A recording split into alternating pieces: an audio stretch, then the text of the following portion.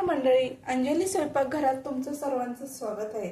आईने गावासनं भाज्या दिलेत, त्यातलीच एक मी मुळ्याच्या शेंगाची भाजी कशी बनवायची ती आज दावणार आहे। शेंगा ह्या कवळ्या असतात, त्यामुळे ह्या 10 मिनिटातच होतात। हे आता आपण आधी चिरून घेऊया बारीक। आता याची देठं असतात ती आधी चिरून आपण एका साईडला घ्यायची। देठं याची घ्यायची नाहीत कारण की ती जरा कडक असतात। बाकीचे आपण मुळ्याच्या शेंगा अशा बारीक चिरून घ्यायचे। तुम्ही खुडून घेतल्या तरी चालतील।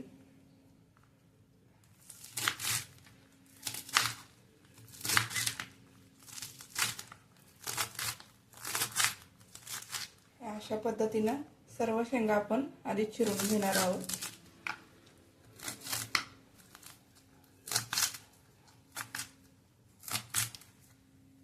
अशा पद्धतीने मी शेंगा सगळ्या चिरून घेतलेत मुळ्याच्या।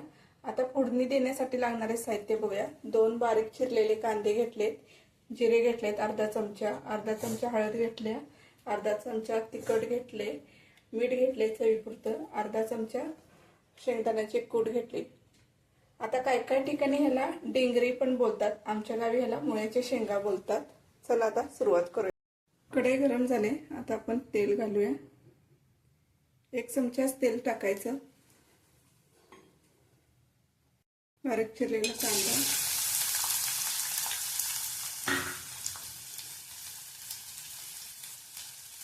जिरे टाकूया,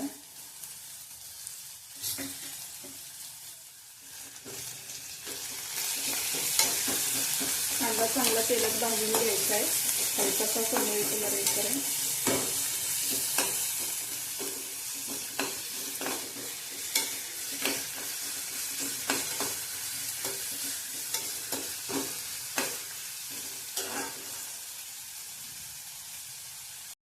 कांदा भाजत असतानाच ह्यात आपण मीठ टाकायचं आहे, कांदा पडदेशी भाजला जातो।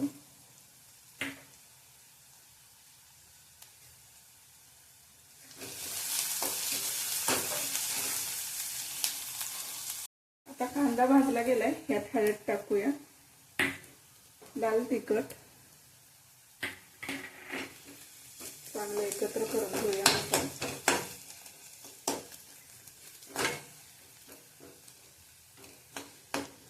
त्यात मुळ्याच्या शेंगा टाकून परतून घेऊया।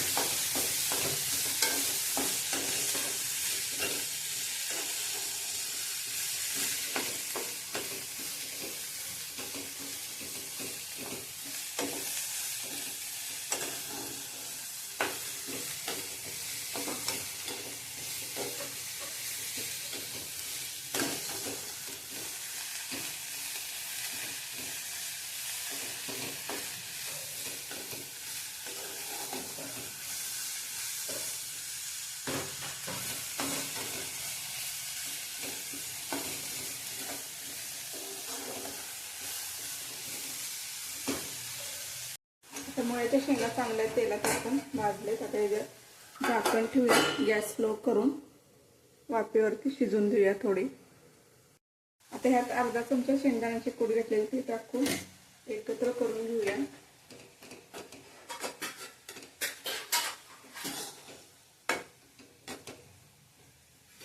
परत 5 मिनिटे झाकण ठेवून वाफेवरती शिजून द्यायचे। तर झाकण काढायचं। मुळ्याच्या शेंगाची भाजी आपली तयार आहे, 10 मिनिटात वाफेवरती होणारी। गॅस बंद करायचा आणि एका प्लेटमध्ये काढून घ्यायची। शेंगाची भाजी कशी वाटली ती नक्की सांगा, लाईक करा, शेअर करा, कमेंट करा।